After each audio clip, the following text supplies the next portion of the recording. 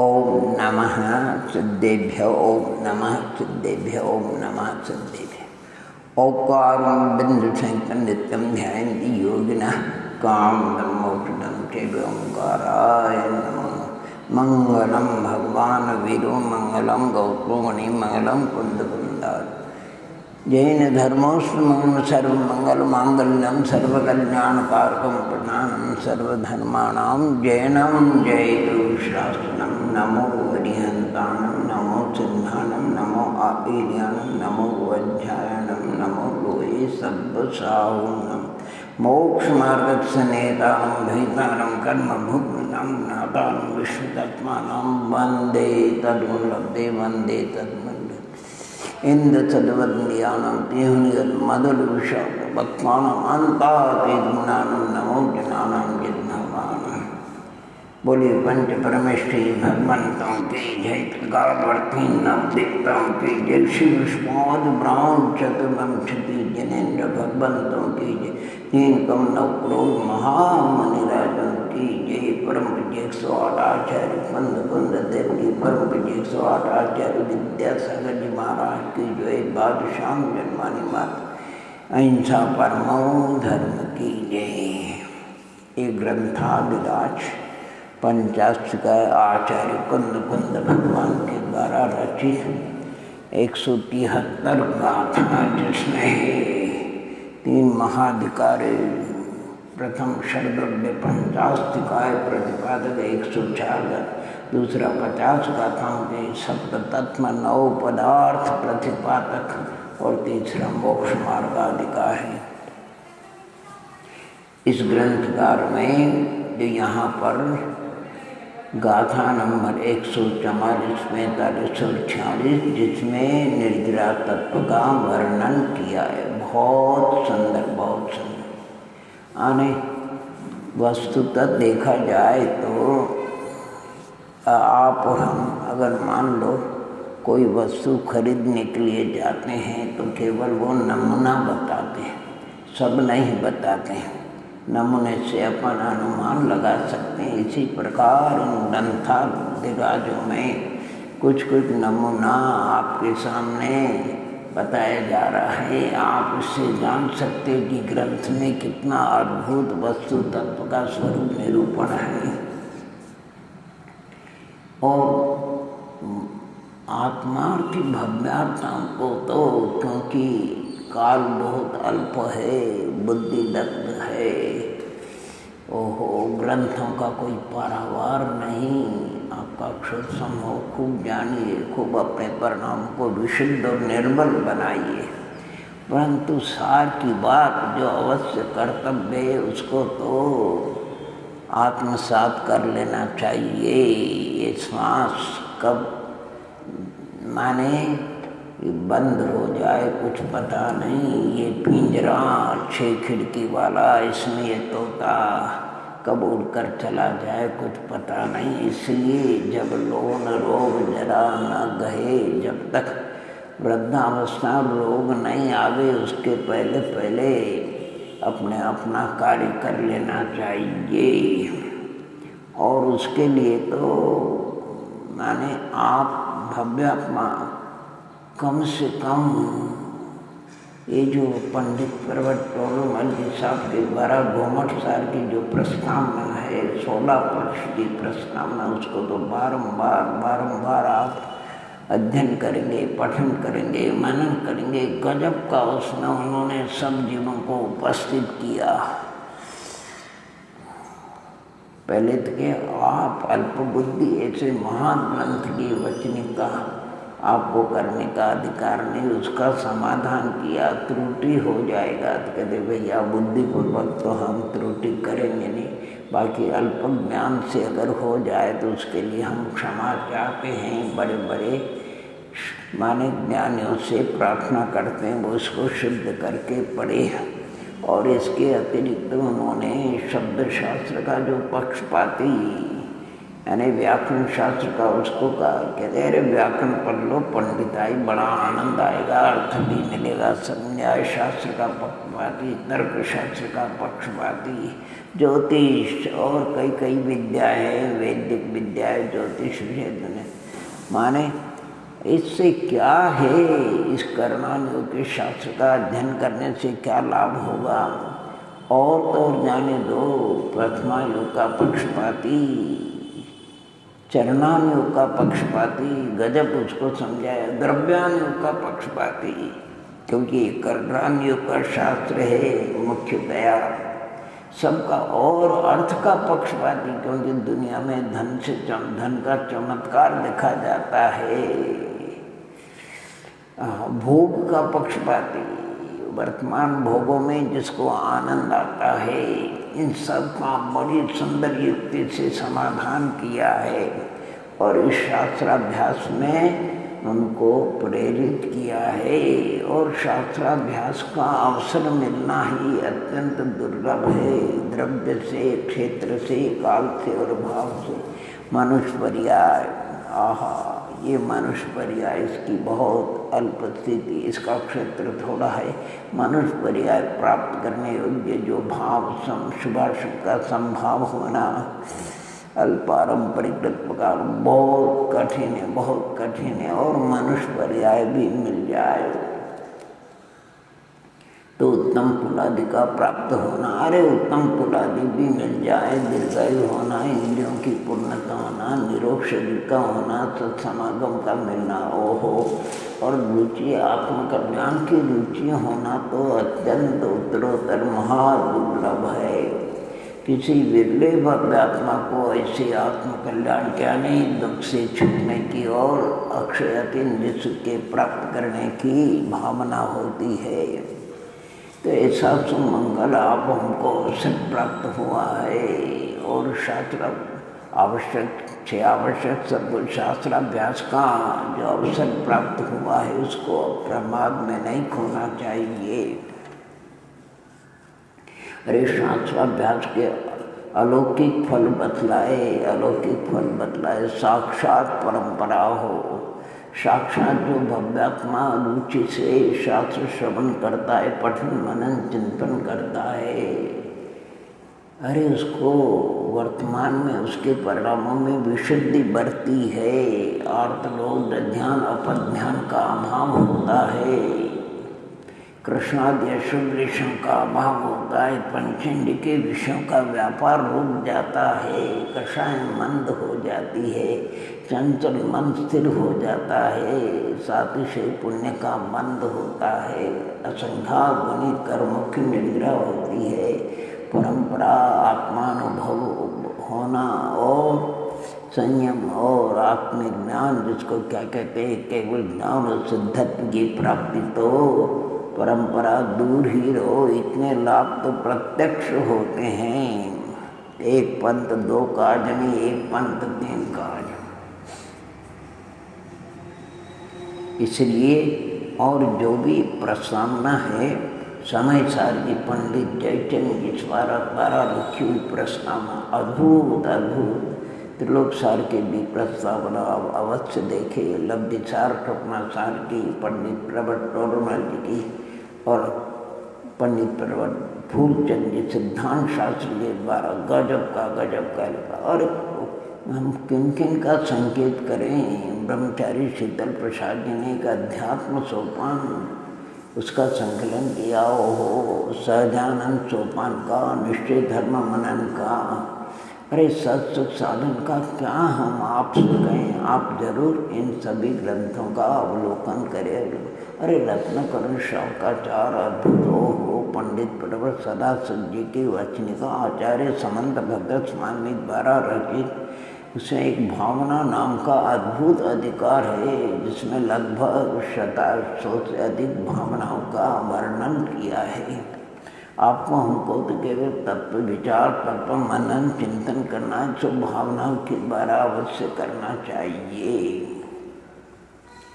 ओहो गजब का वर्णन, 30-32 ग्रंथों को सारे मोक्ष मार्ग प्रकाश अद्भुत मास्टर की है, मास्टर की है।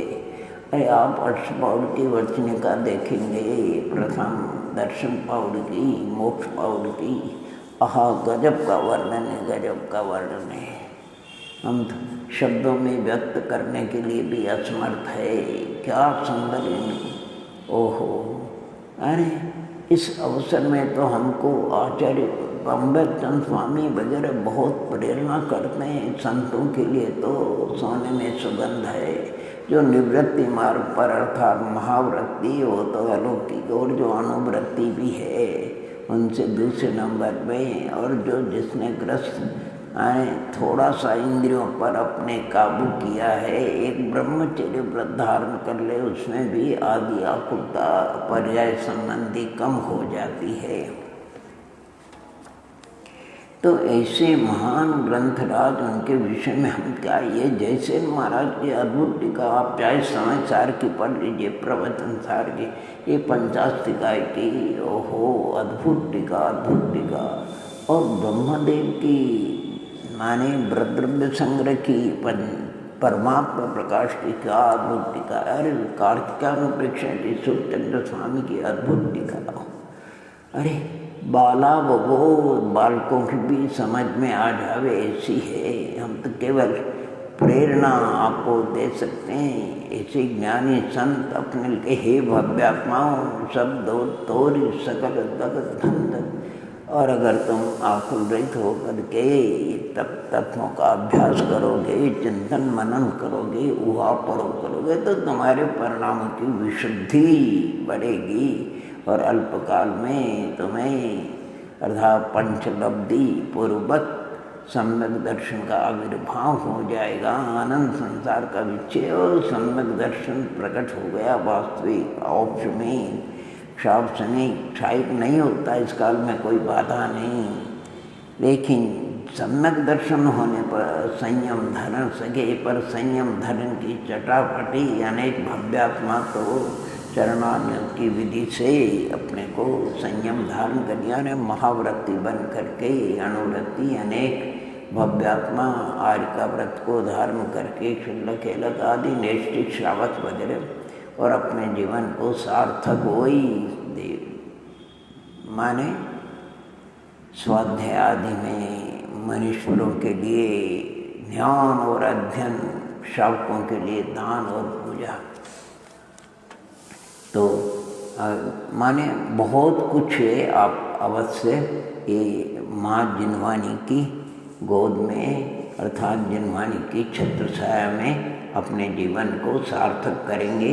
यह 50 का है, वो निर्जराधिकार यानी दूसरा सप्त तत्व 9 पदार्थ में निर्जराधिकार है, उसकी 3 गाथाएँ। उसका संक्षेप में यानी आचार्य भगवंत माने जयसेन महाराज उसकी यहाँ पर बता दें। निर्जरा तत्व का व्याख्यान प्रारंभ करते हैं। आचार्य कुंद कुंद स्वामी की 3 गाथाएँ। संबर जोगे हिम जुदो तवे हिम जो चिट्ठ दे बहुविहिम कम मानम निर्जरणम बहुगानम पुनदी सोनियतम। वाह, क्या सुंदर वर्णन किया है। संबर योग से युक्त होकर के तप के द्वारा जो परिश्रम करते हैं, साधना करते हैं, उनके बहुत प्रकार के कर्मों की निर्जरा होती है। अर्थात जो भेद ज्ञानी संबर योगाभ्याम शुभ अशुभाशुभ निरोध रूप जो संबर और शुद्धोपयोग रूप योगों से संयुक्त नाना बहुविधि नाना प्रकार के तपों भी अंतरंग बहिरंग तपों के द्वारा चेष्टते उपाय करता है। सब वह पुरुष नियतम निश्चय से बहुका नाम बहुत से कर्मणाम कर्मों की निर्जनम निर्जला करोति करता है। जैसे महाराज के पास चलते हैं। शुद्धात्मानुभूति लक्षण शुद्धोपयोग साध्य। शुद्धात्मानुभूति लक्षण शुद्धोपयोग के द्वारा साध्य निर्जराधिकार में संबर योग जोगे हिम जुदो इत्यादि गाथा त्रैण समुदाय पात्मिका अथ निर्जरा स्वरूपम कथयति। निर्जर के स्वरूप को कहते हैं संवर योगे युदो संवर योगाभ्याम युक्त वा निर्मल आत्मानुभूति बलेन निर्मल आत्मानुभूति बलेन शुभाशुभ परिणाम निरोध शुभाशुभ परिणाम निरोध संवर और निर्विकल्प लक्षण ध्यान शब्द वाक्य शुद्धोपयोग योग ताभ्याम युक्त तबे ही जो चेष्टते बहुव्येहि तपोभिर यह चेष्टते बहुविधे अने अनशन अवमोदर्य वृत्ति परिसंख्यान रस परित्याग विविक्त शय्यासन काय क्लेश भेदेन शुद्धात्मानुभूति सहकारी कारणे बहिरंग षड्विधे तथा तथैव प्राश्चेद विनय वैया वृत्त स्वाध्याय ध्यान भेदेन सहज शुद्ध स्वस्वरूप प्रतपन लक्षणे अभ्यंतर षड्विदेश तपोभी ये अभ्यंतर 6 प्रकार के तपों के द्वारा यह कम्माणम निर्जनम बहुगाणम कुणदेशो नियतम कर्मणाम निर्जनम बहुगानम करोति सत्पुरुष वह संत जानी नियतम निश्चितम निश्चय से अत्र द्वादशविध तपसां वृद्धिं गतो वीतराग परमानंद एक लक्षण कर्म शक्ति निर्मूल समर्थ शुद्धोपयोगो भाव निर्जरा और तत्से शुद्धोपयोग से सामर्थ्येन निरसीभूतानां पूर्वोपार्जित कर्म पुद्गलानां संबरपूर्वक भावेन एक देश संक्षय द्रव्य निर्जरा इति इस प्रकार भाव निर्जरा और द्रव्य निर्जरा का वर्णन किया 12 तपों के द्वारा। ये प्रथम गाथा हुई। दूसरी गाथा है जो संवरेण युक्तो अपट्ट प्रसाद को ही अपमानम मुनिम जाति नियतम नानम सुधनोति कम्मरयम अच्छी प्रकार कर्म रस को धो डालता है। आहा यह संवरेण यह जो पुरुष संवरेण युक्त संवर भावों से युक्त है तथा आत्मार्थ प्रसाद का आत्मिक स्वभाव का साधने वाला है। अपना वाला सब माने वह पुरुष ही निश्चय से आत्मान शुद्ध चिन्ह मात्र आत्मस्वरूप को ज्ञापा ध्यान कर नियतम सदैव ज्ञानम आत्मा के सर्वस्व को ध्याता है। वही पुरुष कर्म हृदय कर्म रूपी धूलि को समधुनोती उड़ा देता है। जयसेन महाराज के पास चलेंगे, कितना सुंदर निरूपण किया उन्होंने। अथ आत्मध्यानम मुख्य वृत्त्या निर्जरा कारणम इति प्रकटयति। आत्मध्यान ही मुख्य रूप से निर्जरा का कारण है। इस बात को कहते हैं जो संवरेण युक्तो यह संवरेण अर्थात युक्त यह कर्ता शुभाशुभ रागादि आश्रम निरोध लक्षण संवरेण युक्त। क्या सुंदर संवर का लक्षण है। शुभाशुभ रागाद्याश्रव निरोध लक्षण संवरेण युक्त अपट्ठ प्रसादो आत्मार्थ प्रसाद कहि स्फुटम हे उपादे तत्वं विज्ञाय पर प्रयोजनेभ्यो व्याकृत्य पर प्रयोजन से हटकर के शुद्धात्मानुभूति लक्षण केवल स्वकार्य प्रसाद का क्या पर प्रयोजनेभ्यो व्याकृत्य और शुद्धात्मानुभूति लक्षण केवल स्व कार्य प्रसाद का अपानम सर्वात्म प्रदेशेषु निर्विकार नित्यानंद एकाकार परिणतम आत्मानं मुनिदून मत्वा अथवा ज्ञात्वा रागादि विभाव स्वसंवेदन ज्ञानेन ज्ञात्वा किसके द्वारा रागादि विभाव स्वसंवेदन ज्ञान से जान करके जाति निश्चल आत्मोपलब्धि लक्षण निर्विकल्प ध्यानेन ध्यायति। निश्चल आत्मोपलब्धि लक्षण रूप जो निर्विकल्प ध्यान से ध्याता है। नियतम निश्चितम घोरोपसर्ग परिचय प्रस्तावे पाणवादी बात घोरोपसर्ग परिचय प्रस्तावे भी निश्चलम यथावती निश्चल देता चलायमान नहीं होता है। कथम भूत आत्मान ज्ञानम निश्चय गुणगुणी नो अभेदा विशेष भेद ज्ञान परिणतत्वात् आत्मा की ज्ञानम सो स पूर्वोक्त लक्षण परमात्मा ध्यानम ध्याता वही पूर्व ऐसे लक्षण वाला ही परमात्मा का ध्याता होता। किम करोति समधुनोति कम्बरयम समधुनोति कर्म रजो निर्जयति इति अत्र वस्तु वृत्त्या ध्यानम निद्रा कारणम व्यायसी वस्तु स्वभाव की अपेक्षा विचार किया जाए तो ध्यान ही निद्रा का कारण है। धर्म और शुक्ल ध्यान। अब एक गाथा निर्धराधिकार की और बहुत सुंदर इसमें प्रश्नोत्तर है। ध्यान स्वरूप का जस्य न विद्यति रागो दोषो मोहो व जोग परिकम्मो तत्से सुवा दहनो ध्यानमयो ध्याये अग्नि। अरे जिस साधक संत को राग द्वेष हो और योगों का परिस्पंद योगों यानी योग परिक्रम स्थूल गत नहीं लेना में तत्से शुभाशुभ कर्म को जलाने वाली ध्यानमयी अग्नि उत्पन्न होती है।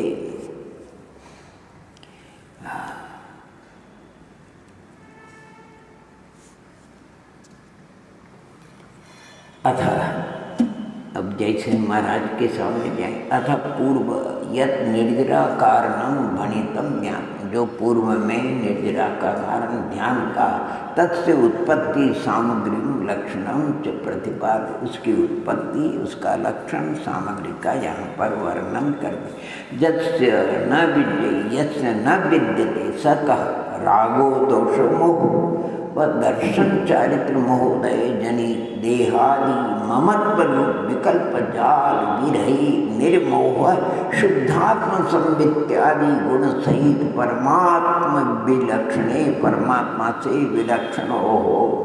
राग द्वेष परिणाम मोह परिणाम होगा। क्या राग द्वेष मोह परिणाम का कितना सुंदर लक्षण। अरे दर्शन चारित्र मोह की उदय जनी देहादि में ममत्व जो विकल्प जाल उससे रहित जो निर्मल शुद्धात्म की संवित्ति आदि गुण सहित ऐसा जो परमात्मा भावना से विलक्षण उसका नाम है राग द्वेष मोह। वो राग द्वेष मोह परिणाम कहलाते हैं। पुनरपि किम नास्ति यस्य योगिन अरे योग परिणामों शुभाशुभ कर्म कांड रहित निक्रिय शुद्ध चैतन्य परिणति रूप ज्ञान कांड सहित परमात्मा पदार्थ स्वस्वभावात् विपरीतो मनोवचन काय क्रिया रूप व्यवहार। लक्षण कहाँ से? रावण कौन था? तो राम का स्वरूप बता करके कहेगी उनसे विलक्षण क्रोध कैसा था तो क्षमा का स्वरूप बता करके बताएंगे उससे विलक्षण मिथ्यात्व कैसा होता है। तो सम्यक्त्व का स्वरूप बता करके उससे विलक्षण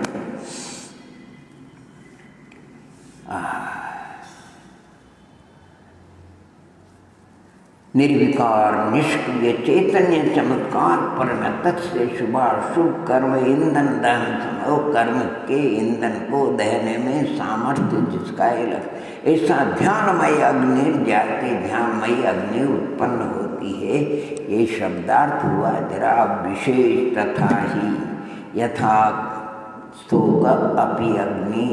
देखो कितना सुंदर दृष्टांत देते हैं। स्तोक भी अग्नि प्रचुर तृण काष्ठ की राशि को स्तोक कालीन अल्प काल में दहती जला करके राख कर देती है। तथा उसी प्रकार मिथ्यात्व कषायादि विभाव परित्याग लक्षणेन महावातेन प्रज्वलितः तथा अपूर्व अद्भुत परमालाद एक सुख लक्षणेन घृतेन सिंचित हो और घृत की उसमें थोड़ी आहुति दे जाए सिंचित हो निश्चित आत्मसंविति लक्षणों ध्यानाग्नि आत्मसंविति ही जिसका लक्षण ऐसे ध्यान अग्नि के उत्पन्न होने पर मूलोत्तर प्रकृति वेद भिन्नम कर्मेंद्रम राशिम क्षण मात्रेण दहति।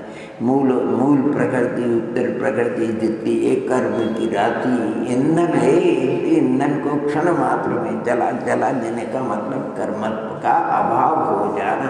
कोई परमाणु नष्ट नहीं होते हो। वर्णन करने का अत्रहा शिष्य, कोई शिष्य कहता है, बहुत सुंदर उसका प्रश्न उत्तर। अद्य काले ध्यानम न, हे गुरुदेव, हे भगवान, इस काल में ध्यान नहीं होता। कस्मात् इति चेत्, क्यों नहीं होता है? कहते हैं 10 चतुर्दश पूर्व शुद्ध आधा शुद्धाधार पुरुषा भावात्। इस समय कोई 10 पूर्व और चतुर्दश पूर्व के कोई ज्ञाता शुद्ध ज्ञानी नहीं है। दूसरी बात, प्रथम सहनन अभावात, और प्रथम सहनन भी नहीं, वज्रक्षप नाराज सहनन भी नहीं है। इसलिए इस काल में ध्यान नहीं होता। उसको कहते हैं भव्यात्मा, जरा शांति से विचार करे, अपन परिहारम, उसके लिए समाधान कर दे। अद्य काले, इस काल में शुक्ल ध्यानम नास्ति, शुक्ल ध्यान नहीं, बहुत सम्यक है। इस काल में शुक्ल ध्यान नहीं। 10 चतुर्दश पूर्व शुक्ल ध्यानम नास्ति तथा चोक्तम कुंदाचार्य देव ही। यहाँ मोक्ष प्रावृत में कहते हैं भर हे दुस्सम काले, ये भर क्षेत्र दुस्सम काल है।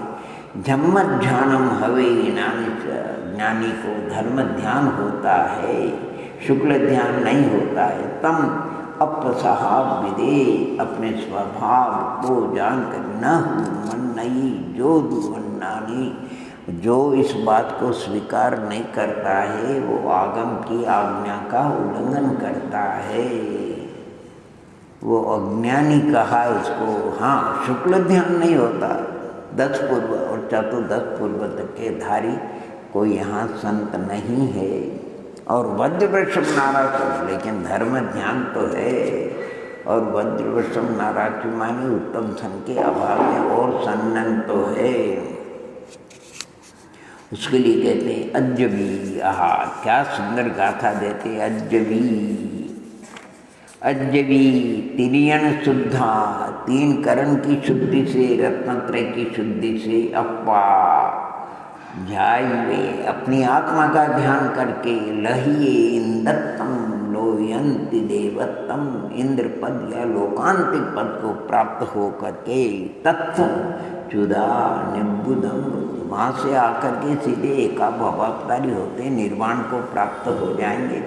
एक थोड़ा सा बदलने की, ट्रेन बदलने की आवश्यकता है। अज्जवी तिरियण शुद्धा अप्पा ध्याये लये इंदत्तम लोयंति देवत्तम तत्व निबुद्धम जनती, और संबोधन भी कर अंतो नत्ति सुदम, शास्त्रों का पारावार नहीं। काल बहुत थोड़ा है। वयम च दुम्नया, ये बुद्धि दग्ध है, इसमें स्मरण नहीं देता है। तन्नवरी सिखियपम, इसलिए हे भव्यात्माओं, वो काम कर लेना चाहिए जिससे कि जम जर मरणम खय्यम को, जन्म जरा मृत्यु का क्षय होकर के सिद्धत्व की प्राप्ति हो जाए। तत्र युक्ति महा, उसमें युक्ति कहते हैं। अद्य काले, वर्तमान काल में, यथाख्यात संयम निश्चय चारित्रम नास्ति। यथाख्यात, अरे यथाख्यात भी नहीं है और सूक्ष्म सांप्रायिक भी नहीं है और परिहार विशुद्धि भी नहीं। अभी तो सामाजिक सदोत्पन्ना है, 6ठे 7वें गुणस्थान के नास्तुतर ही सराग चारित्र संयम अप्रतम लिखा। तत्मान शासन जो ध्यान ग्रंथ है उसमें लिखा चरितारो न संति अद्य यथा ख्यात संप्रति। हे संत, हे साधक भव्यात्माओं, इस काल में यथाख्यात संयम नहीं है, ये बराबर है। तथा तत्वानुशासन ग्रंथ में लिखा। चरितारो न संति अद्य यथाख्यात संप्रति। तो फिर क्या तत्किम अन्य यथाशक्ति आचरण तब, तो क्या अन्य अपरचारित का और धर्म ध्यान का आचरण नहीं करना चाहिए? अवश्य करना चाहिए। यथोक्तम यत् उत्तम लिखा सकल सुख धारणा ध्यानम भवती। जो शास्त्रों में द्वादशांग के पाठी, 14 पूर्व के पाठी, 10 पूर्व के पाठी को जो ध्यान कहा गया है वो कौन सा? उत्सर्ग वचन है। वाह! अपवाद व्याख्यान है। अपवाद व्याख्यान की तो पंच समिति त्रिगुप्ती प्रतिपादक श्रुति परिज्ञान मात्र नहीं, वह केवल ज्ञानम जायते। क्या सुंदर लिखा! अपवाद व्याख्यान की अपेक्षा तो 5 समिति 3 गुप्ति के प्रतिपादक श्रुति का परिज्ञान मात्र से केवल ज्ञान की उत्पत्ति हो जाती है। केवल ज्ञान को सत्य प्राप्त कर लेते जाते। यद्येवं न भवति, अगर ऐसा नहीं होता तो तुष्मासम घोषण तो श्री बुद्धि केवली जादू। शास्त्र में लिखा है तुष्मास भिन्न तुष्मास भिन्न, ऐसा भोगने वाला रटने वाला शिव बुद्धि केवली कैसे हो जाता? शरीर भिन्न आत्मा भिन्न और ध्यान किया और केवल इत्यादि वचनम कथम घटते, ये वचन फिर नहीं घटेगा। तथा चोक्तम लिखा चारित्र सारादि ग्रंथ में पुलाकादि पंच निर्ग्रंथ व्याख्यान काले, जहाँ पुलाक बकुल कुशल निर्ग्रंथ आदि संतों का व्याख्यान किया है, वहाँ लिखा मुहूर्तापूर्वम ये केवल ज्ञान उत्पादयंती ते निर्ग्रंथा। जो अंतर्मुख के बाद केवल ज्ञान को प्राप्त होते वो निर्ग्रंथ कहलाते। क्षीण कषाय गुणस्थान वर्तिना तेषाम उत्कृष्टेन श्रुतम। ऐसे क्षीण कषाय बाद में गुणस्थान वर्ती संतों को उत्कृष्ट चतुर्दश पूर्वाणी और जगन्य ने पुनः वह देखो पंच समिति त्रिगुप्त संज्ञा अष्टो प्रवचन मात्र। जगन्य से 3 गुप्ति, बस ये तो या तो स्वरूप में लीन रहो, प्रवृत्ति करो तो समिति रूप से इतना ही तो काम है। या तो अंतर में लीन हो जाओ, गुप्त हो जाओ, और अगर प्रवृत्ति करना पड़े तो समिति रूप प्रवृत्ति करो।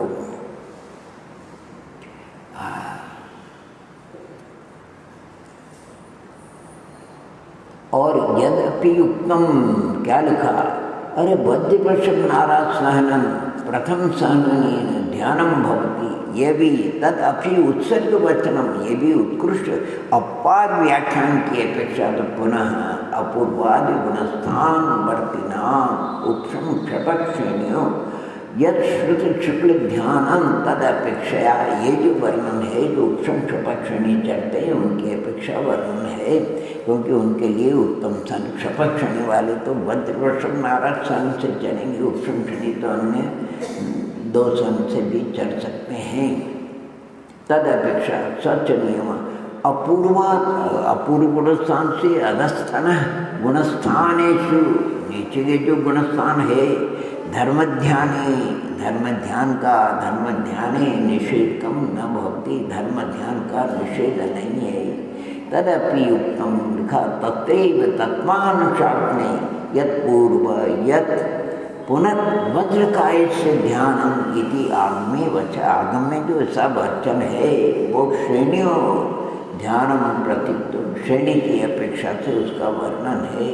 तत्र अधस्तात् निषेधकम, उससे नीचे उनका निषेध नहीं है, उसकी अपेक्षा है। एवं स्तोक श्रुतेन अपि ध्यानम भवति, यानी थोड़े ज्ञान से भी ध्यान होता। इति ज्ञात्वा किमपि शुद्धात्मा प्रतिपादक, वह शुद्धात्मा की प्रतिपादक संवर निराकरणम कर कन्या जन्म मरण हरणम संवर निराकरणम जन्म मरण हरणम सारोपदेशम गयित्वा, सारोपदेश को ग्रहण करके ध्यानम कर्तव्यम, ध्यान को करना चाहिए। इति भावान उक्तंच लिखा अंतो नत्थि सुदीनम।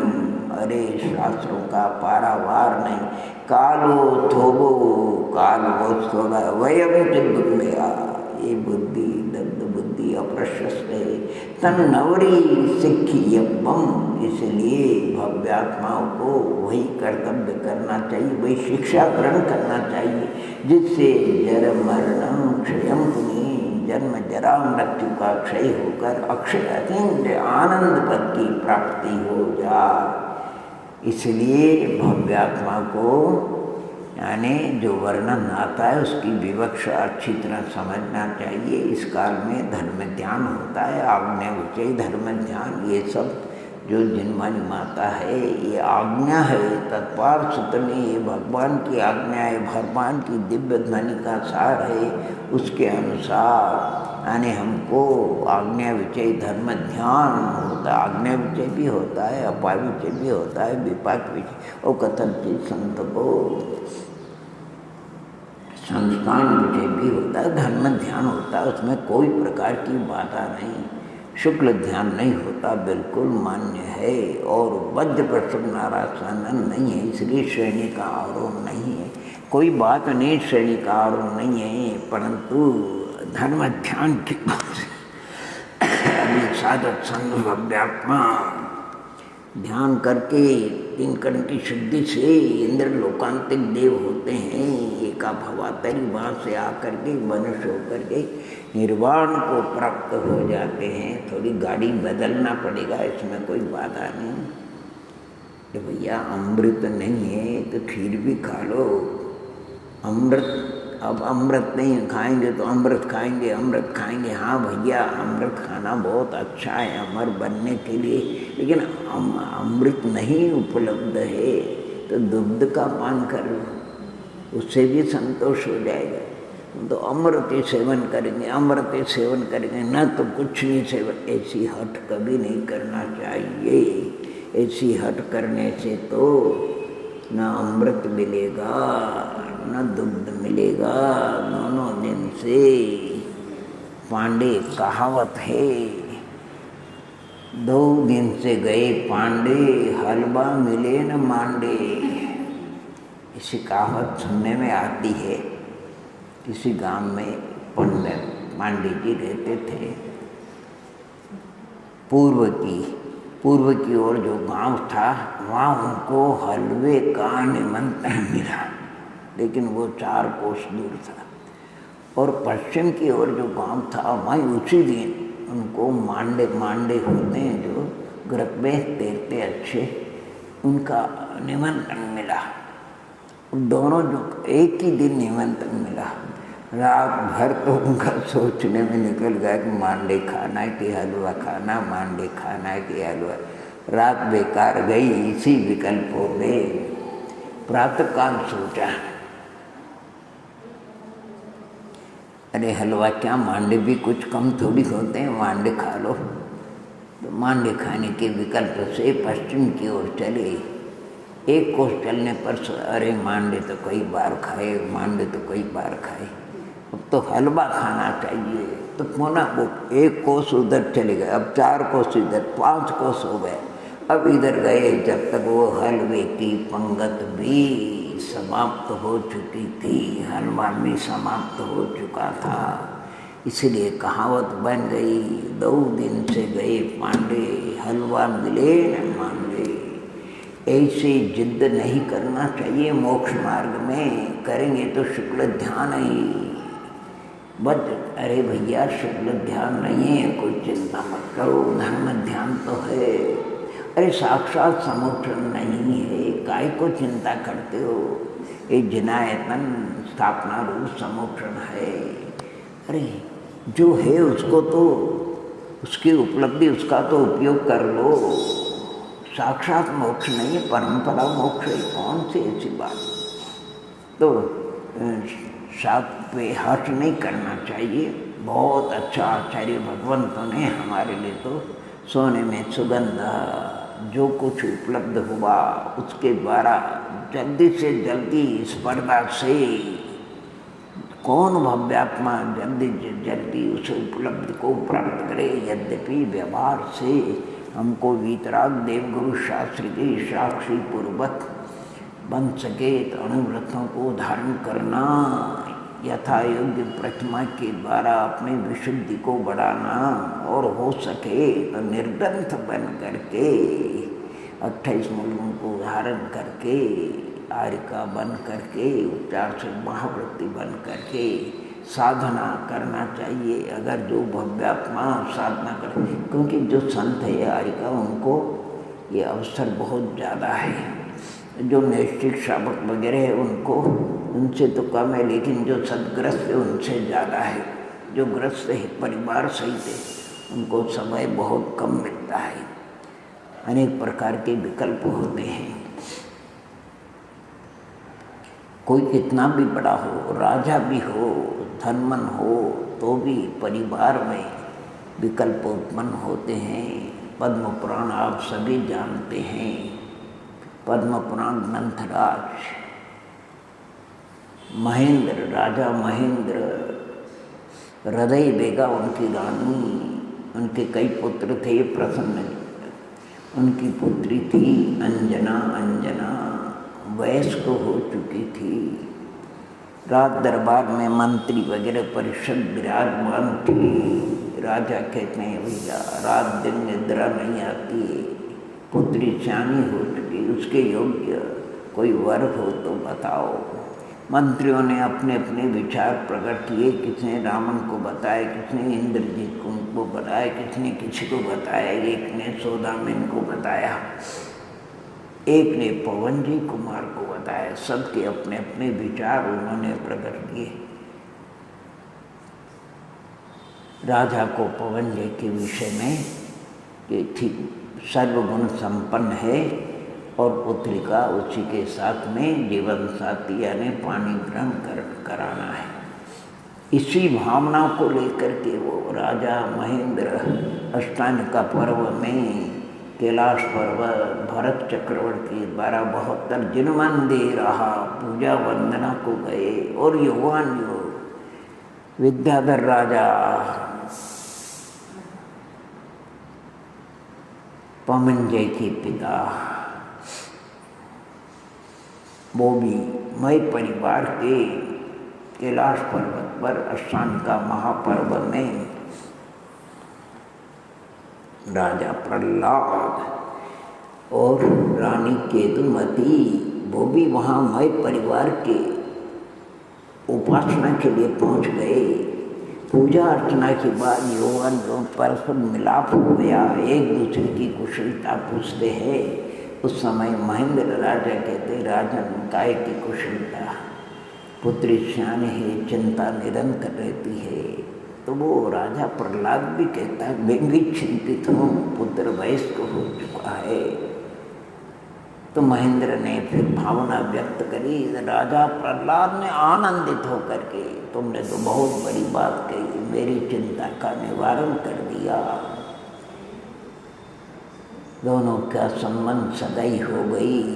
मूर्त देखा गया, अरे बहुत सुंदर 3 दिन में मूर्त राजा ले क्या कमी थी, बहुत सुंदर मूर्त दिखाया। वो तैयारी हो गई विवाह होने की। पवनजय को मालूम पड़ा कि मेरा अंजना के साथ में विवाह होने वाला है। अरे 3 दिन भी उनको क्या परिणामों की विचित्र गति है, मुझे तो देखना है, मुझे तो देखना है। अब ऐसी बात किसको कही जाए, लेकिन मित्र प्रहत मित्र छाया तुल्य उससे अपने भाव को प्रकट किया। तो कहते भैया अभी ठहर जाओ, 2 दिन की तो बात ही है, फिर जीवन भर साथ में रहना। नहीं मुझे तो देखना है। प्रश्न मित्र था, बुद्धिमान था, गुप्त रूप से पहुंच गए जहाँ बगीचे में अंजना सखियों के साथ में अपने विचारों में मग्न थी। ये लोग झरोखे में बैठ गए और वहीं से देखने लगे। अंजना को भी देखा, सखियों को देखा। सखियाँ अंजना अंजना अपने विचारों में मग्न थी। वो अपने अपने विचार प्रकट, कोई सखी कुछ। एक मिश्र देशी नाम की अंजना की सेविका थी, बड़ी मटक मटक करके बोलती। और क्या बोल रही हो? अरे अंजना के पिताजी ने राजा माने कुंवर सोदामिन के साथ में अगर अंजना का विवाह करते तो बहुत उत्तम था, लेकिन निमित्त ज्ञानियों के द्वारा ये सुना गया कि वो तो अल्प वय में अर्थात जल्दी दीक्षित हो जाएगा, इसलिए राजा ने सोचा कि बिना भरतार के फिर उसकी शोभा नहीं, इसलिए उसके साथ में विवाह न करके पवन जय के साथ में विवाह करे। पवन जय में और उसमें तो जमीन आसमान का अंतर है, कहाँ सूर्य का जुगनू। अंजना को पता ही नहीं, वो अपने विचारों में मग्न थी। ये बात, ये शब्द पवन जय के कान में पड़े। अभी क्या भाव था और अभी क्या भाव, जैसे दूध फटता है वैसे परिणाम फट गए। तुरंत वहाँ से मित्र के साथ में लौट आए, लौट ही नहीं आए, मुझे तो शादी नहीं करना, और कुछ के नगारे बजा दिए।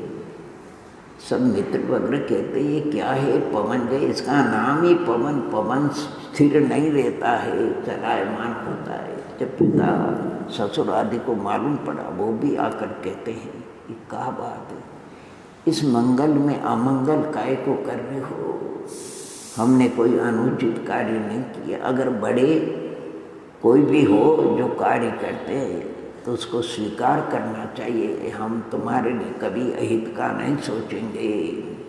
फिर पवन जय बड़ों की आज्ञा को सिर धर मन में विचार करते हैं। देखो परिणामों की गति विचित्रता है।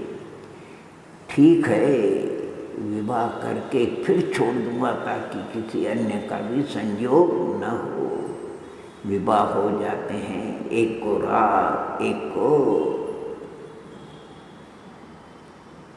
विरक्ति। सभी भव्यात्मा जानते हैं क्या 22 वर्ष तक फूटी आँख से भी झांक करके अंजना की ओर न देखा। उसका पूर्वोत्तरोदय था। परिणामों की बड़ी विचित्रता, क्या क्या कहा जाए। योगानुग वरुण से युद्ध का प्रसंग बन गया।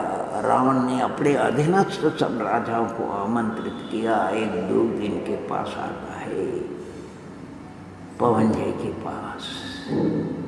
पवन जय युद्ध में जाने के लिए तैयार, सबसे बड़ों का आशीर्वाद लेकर के, सबसे मिल करके युद्ध के लिए प्रस्थान करते हैं। अंजना को भी पता लगता है, द्वारे खड़ी हो जाती है अपने महल जिसमें रहती थी।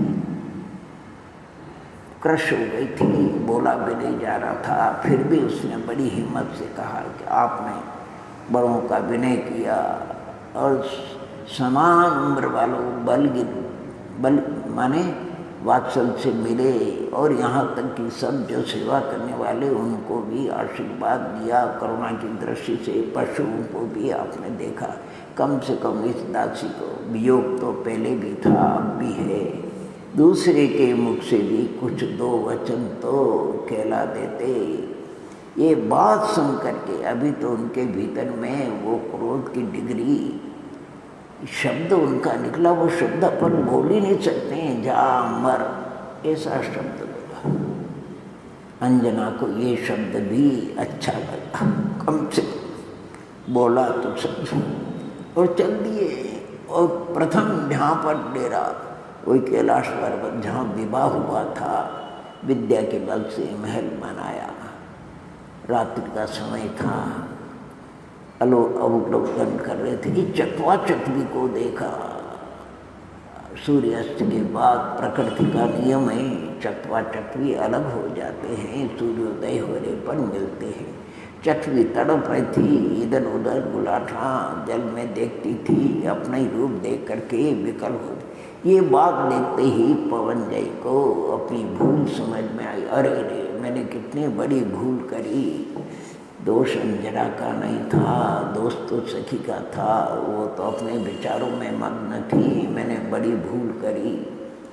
और अगर अब बिना मिले जाऊंगा तो मन अस्थिर है। युद्ध में विजय होना बड़ी, और युद्ध के लिए प्रस्थान कर चुके हैं, माता पिता इससे विदाई ले चुके, इसलिए जाना भी समर्थ नहीं। क्या करे, विकलता विकलता। देखो भावों की विचित्रता।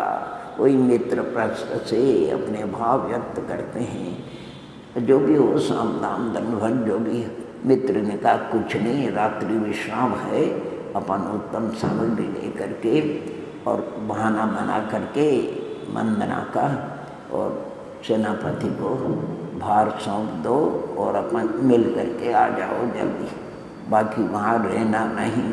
ठीक प्रश्न मित्र के अनुसार पवनजय मान गए, चले और अंजना के महल पे पहुँच गए। खटखटाया, वसंतमाला जागृत थी, द्वार खोलते हैं, प्रश्न खड़े हैं। प्रश्न कहते हैं पवनजय कुमार आए हैं। सखी क्या की हमारे अशुभ उदय, पाप का उदय है। हम पति से जिसकी उपेक्षा हो जाती है सभी उसका मजाक करते। अब क्यों मजाक करते हैं, वो तो युद्ध के लिए प्रश्न नहीं आए, वो आए तो मेघ जब भी बरसे तब भी भला। पवन जी सखी ने उनका विनय किया, उनको अंजना के कक्ष तक पहुंचा दिया। सखी भी अपने अलग स्थान पर चल गई। देखो प्रश्न ने व्यवहार का काम किया और सखी ने निश्चय का काम किया। अंजना के कक्ष में पहुंच जाने पर पुनः नए व्यवहार का काम, न निश्चय का काम। रात भर रही। पवनजय ने अपने पश्चाताप, खेद और क्षमा मांगी। अंजना तत्वज्ञानी थी, सब दुख भूल गई। रात्रि विश्राम रहे। प्रातःकाल फिर प्रश्न मित्र ने आवाज़ लगाई, हमको जल्दी से जल्दी पहुंचना है, बाद में फिर आकर के सब सारी बातें करना। पवनजय चलने के लिए तैयार हो गए। अंजना प्रार्थना करती कि माता जी से कम मेरे आप पधारे तो उनको मिल करके जाइए। माता जी की प्रकृति विलक्षण है, नास्तिक विचारों की है, उग्र स्वभावी है। आपका आना तो ठीक है, लेकिन मेरे ऊपर विपत्ति, मैं क्या करूँ, और युद्ध में इतना समय लग जाए कुछ। पवनजय ने कहा मुझे माता से मिल नहीं सकता हूँ, ये चिन्ह वगैरह कड़ा जो कुछ मुद्रिका वगैरह दी है, कहते बहुत जल्दी लौट करके आ जाऊँगा। चले गए। युद्ध में लंबा समय मिल गया। इधर अंजना के गर्भ के चिन्ह प्रकट हो गए। केतुमती को पता लगा, वो तो क्रूर स्वभावी थे। वसंतमाला ने खूब कहा, अंजना ने कहा, मुद्रिका सब कुछ रही। जब तीव्र पाप का उदय होता तो कोई कुछ सुनता नहीं। केतुमती ने, अरे घर में कलंक, जो मेरा बेटा 22 वर्ष तक वो कैसे आ सकता, बिल्कुल गलत है। एक क्रूर को बुलाया और कहीं उसको रथ में बैठा करके इसके पिता की यहाँ छोड़ाओ, कोई नहीं जाने उसकी आपने ले गया। क्रूर जा करके महेंद्र के नगर के पास छोड़ दिया, लौट करके चला जाता है। विवश स्वामी की आज्ञा है। खबर पहुंची राजा महेंद्र ने, तो अपने पुत्र वगैरह से कहते जाओ तुम सत्कार करो, मैं भी आता हूँ अभी सत्कार के लिए। जब वस्तुस्थिति ज्ञात हुई, अरे क्या भाव उनके बदल जाते हैं। स्वयं तो नहीं गई, रानी को नहीं जाने दिया, पुत्रों को भी नहीं, और घोषणा करा दी जो नगर में कोई अंजना को रखेगा वो राजाज्ञा का उल्लंघन का अपराधी होगा। जिसके यहाँ सबने की मान बन गई। राजा की आज्ञा था। ये कोरोना क्या है, सब लोग डर रहे कि वाण बंद करते हैं, कोई किसी को आने भी नहीं देते, कोई किसी को पूछते। बड़ा विचित्र संसार है। अंजना ने और सखी ने निर्णय किया, सब पत्थर दिल नहीं करना पड़ता है। चली जंगल ही अच्छा है, जंगल की ओर चले। जंगल में पहुंच गई। बड़ी मुश्किल से, जो आकाश गमन करने की जिनकी शक्ति है, लेकिन गर्भ के भार से चलने में असमर्थ थे। सखी बहुत छाया के समान, बड़ा धारस बराती और प्रसव के दिन निकट थे। कहाँ कहते पर्वत है, पास में गुफा है, वहाँ बड़ी मुश्किल से वो सखी अंजना को ले जाती है। अब गुफा है, गुफा में जीव जंतु वगैरह रहते हैं। और जब देखा दृष्टि प्रसार करके तो एक निर्ग्रंथ मुनिराज अमित गति तीन ज्ञान के धारी ध्यानस्थ थे। ओहो, क्या पुण्योदय, क्या पुण्योदय जिसको कहना चाहिए यार। ऐसी विकट परिस्थिति में भी ऐसे संत का दर्शन होना अद्भुत पुण्य का योग समझना चाहिए। देखो इतने कष्ट में भी विधि पूर्वक उन्होंने मुनिराज की वंदना परिक्रमा करके भक्ति पूर्वक नमस्कार किया। मुनिराज का भी ध्यान पूर्ण हो चुका था, आशीर्वाद प्राप्त हुआ। वसंत माला को विकल्प उत्पन्न हुआ कि इसको इतना कष्ट क्यों हो रहा है, ऐसा कौन अभागा इसके गर्भ में आया है। प्रश्न करती है गुरुदेव से, तो सबसे पहला उसका समाधान करते हैं। वो तो उनके ज्ञान दर्पण में तो उनके भगवान तक झलक रहे थे। वो कहते हैं सखी, इसके गर्भ में जो पुत्र आया वो तो महाभाग्यवान है, चरम शरीर है, इसी भव से निर्वाण मोक्ष को प्राप्त करेगा। उसके कारण तो इसका अभी माने पतिदेव से भी मिलाप हुआ, इसकी प्रशंसा होगी और कालांतर में भी इनको अनेकानेक भव्य जो स्मरण करेंगे, याद जैसे अपन याद करें, स्मरण करें। हाँ, इसने जो कष्ट उठाया, ये कष्ट उठा रही है और अभी कुछ बाकी है, वो सब इसके पूर्व में इसने अज्ञानता से, ईर्ष्या से दूसरों को कष्ट देने के लिए वीतराग प्रतिमा, अनंत की प्रतिमा का अभिनय किया। थोड़े समय के लिए उसको गुप्त स्थान पर रख दिया। वो 22 घड़ी क्या सुनते हैं।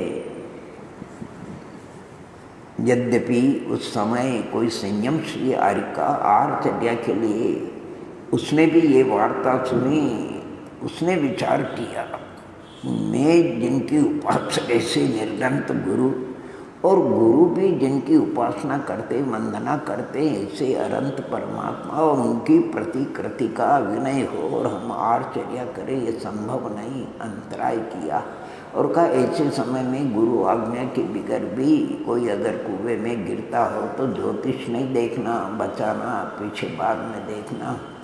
तो वो जा कर के अंजना कनकोदरी उसका नाम था, राजा की पटरानी थी, संबोधन किया। वो दिमाग में आया, समझ में आई, पश्चाताप किया, पुनः यथावत प्रतिमा जी को विरामान दिया। परंतु 22 घड़ी, वो 22 वर्ष तक सताती रही। कर्म का खेल विचित्र है। प्रत्येक भव्यात्मा को ध्यान रखना चाहिए। पुण्य पाप जिसको कहना चाहिए, यानी करते समय पुण्य भी ऐसा ही है, वट वृक्ष के बीज के समान है, दान आदि वगैरह कालांतर में बहुत फलता है। पाप भी इसी प्रकार का है और कालांतर में बहुत लंबा चौड़ा फलता है। गुरु ने समाधान किया, पुत्र का भी भवांतर बताया, अंजना को अपने दोष को बताया। और मुनिराज तो निष्प्रिय होते हैं। आकाशगामिनी रिद्धि थी, विहार कर गए, उस गुफा में रहने लग गई। प्रसूति का समय था और योगान योग मुनि सूरजनाथ भगवान की उपासना करती थी। एक संकट भारी आता है, जन्म आता है, ओहो सखी घबराती है। मुनिराज ने क्या किया और ये जन्म आ गया, त्रस्त इधर उधर त्रस्त फिरती है, क्या उपाय क्या नहीं। इनके पुण्य योग से किसी देव का आसन, वहीं गोपाल देव था, उसने अपने ज्ञान से जाना ये त्रस्त थी। उसने अष्टापद का रूप बना करके जन्म को पराजित करके भगा दिया, ये कष्ट से बची। और शुभ समय में पुत्र का जन्म होता है। अंजना को दुख से यानी उसको राह मिलती है। पुत्र पुण्यात्मा था और कुछ एक काल के बाद देखो अब थोड़ा माने हल्का हो गया पाप। यानी इनके खास मामा प्रति सूर्य हनुरुद्ध के स्वामी कहीं वंदना को गए थे, केवल के लौट करके आ रहे थे। इनका रुदन का आवाज़ सुना, विमान को आकाश में रुकते नीचे उतरते हैं, मैं अपनी रानी के साथ में इनको देखते हैं। ये विकट परिस्थिति वसंत वाला सब कथन सुनाती प्रति सूर्य को, अरे ये तो मेरी सगी भांजी है। वो प्रेरणा करते हैं, नहीं चलो अपन हनरूल द्वीप में चलेंगे। ये भी लाचार थी, यानी विमान में बैठ करके जैसे चले, अचानक वो पुत्र कहीं उछलता है और विमान से गिर जाता है, हाहाकार मच जाता है। प्रति सूर्य विमान को रोक कर नीचे उतरते हैं, देखते हैं एक शिला तल पर पड़े हुए, शिला चकचूर हो गई, वो मुष्ट टूट गए थे, सीधे पड़े थे। प्रति सूर्य ने जान लिया ये माने चरम शरीरी मोक्षगामी तीन परिक्रमा, भावी सिद्ध की 3 परिक्रमा करके प्रणाम करते हैं और पुनः ले जा करके पुत्र को अंजना को सौंपते हैं। साथ में ज्योतिषी था संवत्सर, उससे कहा कि इनकी कुंडली बना दो। जन्म का समय पूछा, बताया, उसने कुंडली बनाई और जिसमें ग्रह हो, अरे ये तो गजब का है, राज्य का योग और निर्वाण का योग, सभी ग्रह उच्च स्थान पर। क्या कुंडली का वर्णन किया। बहुत ही हनरूल द्वीप पहुँच जाते हैं। वहाँ हनुमान वगैरह माने वयस्क बड़े होते हैं। संक्षिप्त में मेरे को ये बताना है, पवनजय युद्ध से लौट करके आ जाते हैं, माता पिता से मिलते हैं, अंजना के महल की जाते हैं। अंजना नहीं थी उस समय। पवनजय को वो महल कैसा लगा, जैसे शरीर से आत्मा निकल जाती है और शरीर निर्जीव होता है, निर्जीव शरीर के समान वो महल लगा। अंजना आत्मा के समान थी। इधर हनरूल द्वीप में हनुमान जी बड़े हो जाते हैं। फिर हो थोड़ी लंबी कहानी है। यानी फिर वो पता लगा कि उनको माता जी ने वहाँ छुड़वा दिया, अपने पिता किया। वहाँ गए, वहाँ भी अंजना को नहीं देखा। जब नहीं मिली तो देखो क्या विकल्प है। मन में विचार कर लिया, अब तो जीवित रहना नहीं। हाथी को भी छोड़ दिया, आशीर्वाद दिया, स्वच्छंद विचरण करो, और मौन धारण करके बैठ गए। प्रश्न मिश्र से कह दिया, जाओ सूचना दे देना और कहना कि जहाँ अंजना है वहाँ पवनजय है। तो सब इस बात को सुन करके त्रस्त हो केतुमती, बहुत पश्चाताप। और फिर हनरूल द्वीप की ये सूचना दी तो वो अंजना पहले दुख से भी ज़्यादा दुखित हुई। फिर सब ढूंढने के लिए निकले। विद्याधर थे, अंबर गोचर हाथी को देखा, होना चाहिए ये हाथी उनका यहीं कहीं होना चाहिए। पता लगा मौनधर जैसे योगी आत्मा का ध्यान करते हैं वैसे मौन से बैठे हुए क्या चिंतन क्या कर रहे थे।